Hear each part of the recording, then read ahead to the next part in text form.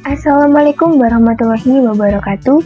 Halo teman-teman, perkenalkan nama saya Hanif Syaruli dengan NIM 200512140117 dari kelas Sistem Informasi 2020A. Nah, pada kesempatan kali ini saya akan membahas materi tentang standarisasi jaringan komputer. Sebelum ke materi inti, kita ketahui dulu pengertiannya. Standar jaringan adalah protokol yang telah disepakati oleh industri jaringan dan disahkan oleh suatu organisasi standar. Standarisasi merupakan sebuah aturan main atau protokol yang digunakan agar semua hal atau pekerjaan dapat berjalan lebih baik.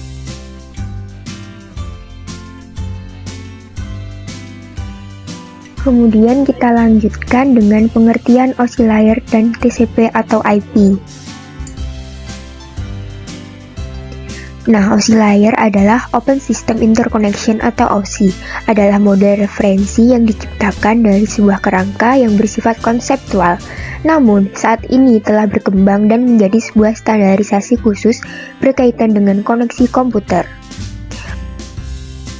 Untuk pengertian TCP/IP adalah suatu standar komunikasi yang dapat digunakan untuk bertukar data antar komputer oleh suatu komunitas yang tergabung melalui jaringan internet.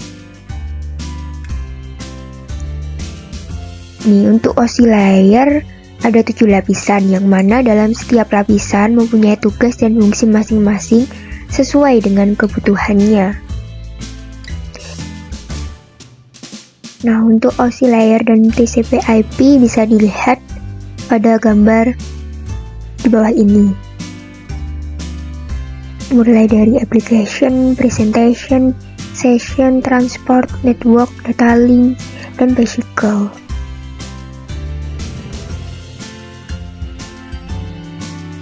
Nah, untuk selanjutnya saya akan membahas lapisan pada protokol OSI, yaitu protokol yang bekerja di OSI layer. Yang pertama ada application layer, yaitu contohnya HTTP, FTP, NFS, DNS, POP3, MIME, SMB, NNTP, dan DHCP. Dan untuk presentasi layer ada Telnet, SMTP, dan SNMP. Kemudian pada session layer ada NetBIOS, NetBIOS, ADSP, PAP, dan SPDU. Kemudian pada transport layer ada TCP dan UDP.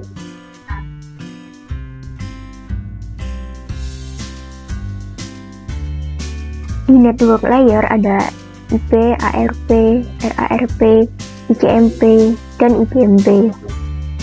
Pada data link layer ada PPP dan SLIP. Kemudian yang terakhir pada physical layer ini tidak mempunyai protokol yang spesifik di layer ini, karena pada layer ini hanya mengirimkan bit-bit data saja. Untuk pembahasan yang kedua, saya akan membahas tentang TCP atau IP.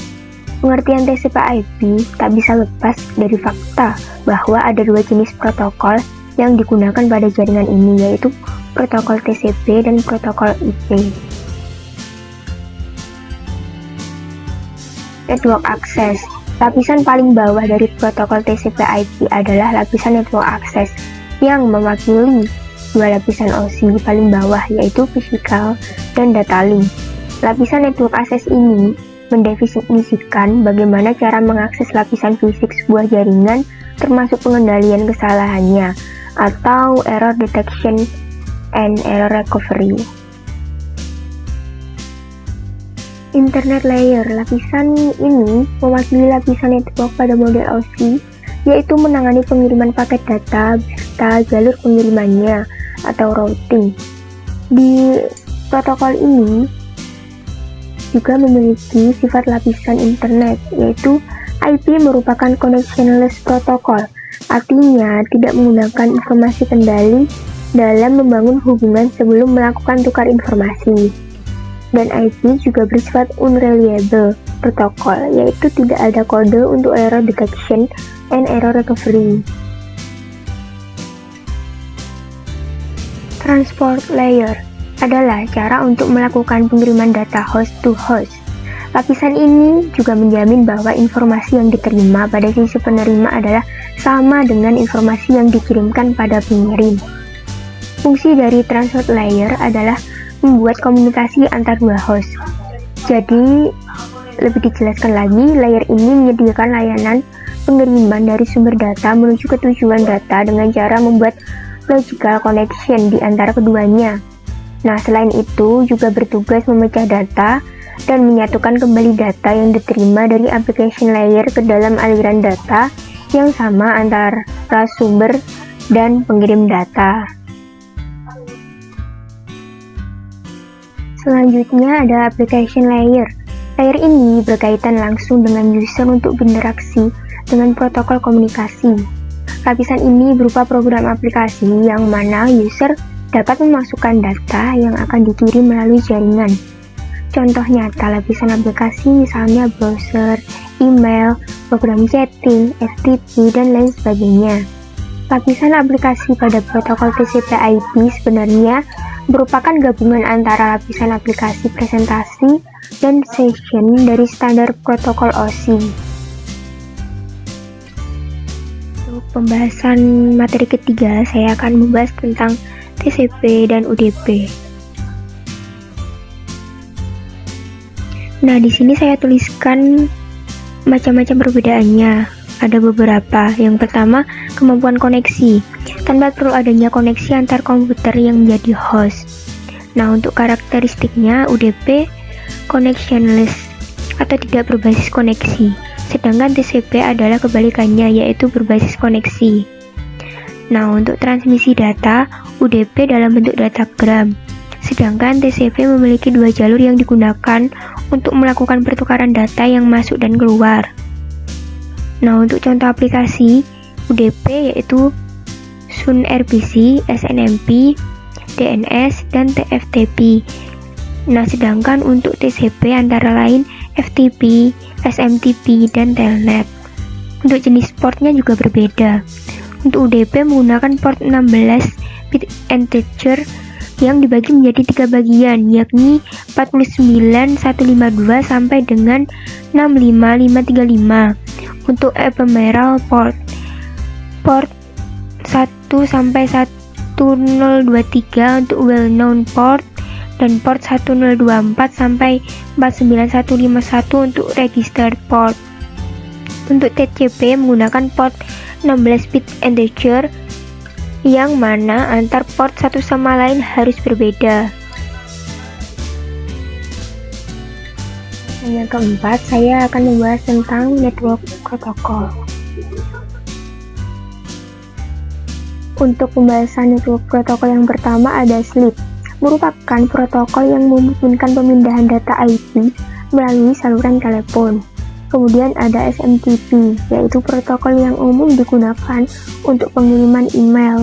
Kemudian HTTP, yaitu protokol yang digunakan oleh World Wide Web atau WWW. Kemudian Telecommunication Network atau biasa disebut Telnet, yaitu protokol jaringan yang digunakan di koneksi internet atau LAN. File Transfer Protocol, protokol internet yang berjalan di dalam lapisan aplikasi yang merupakan standar untuk transfer data.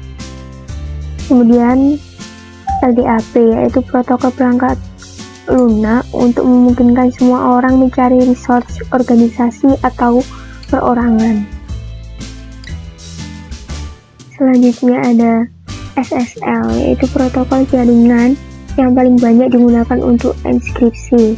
Kemudian Simple Network Monitoring Protocol, yaitu protokol yang digunakan untuk monitoring device di jaringan.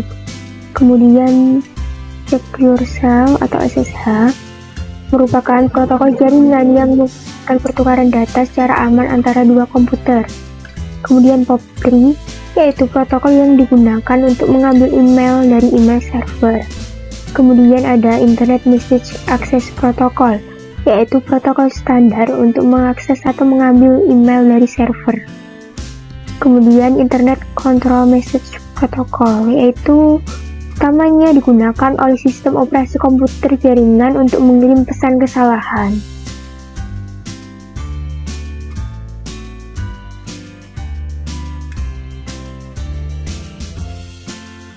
Kemudian ada lagi point-to-point protokol, yaitu protokol enkapsulasi paket jaringan yang banyak digunakan pada wide area network.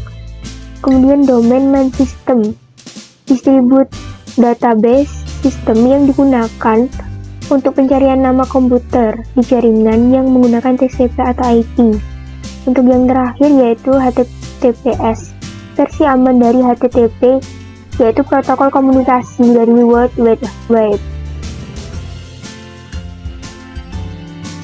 Kemudian saya lanjut tentang pembahasan port. Yang pertama, port well-known port atau reserved port. Ini mempunyai range antara 0 sampai 1023. Ini merupakan port standar atau port umum yang sudah ditetapkan oleh IANA, Internet Assigned Number Authority, dan hanya dapat diakses oleh sistem account atau root account. Untuk yang kedua ada register port. Ini mempunyai range antara 1024 sampai dengan 49151. Dan port ini dapat diakses oleh program dengan program aplikasi yang digunakan oleh user akun biasa. Nah, mungkin itu saja yang dapat saya sampaikan. Semoga materi ini bermanfaat bagi teman-teman ke depannya. Kurang lebihnya saya mohon maaf. Wassalamualaikum warahmatullahi wabarakatuh.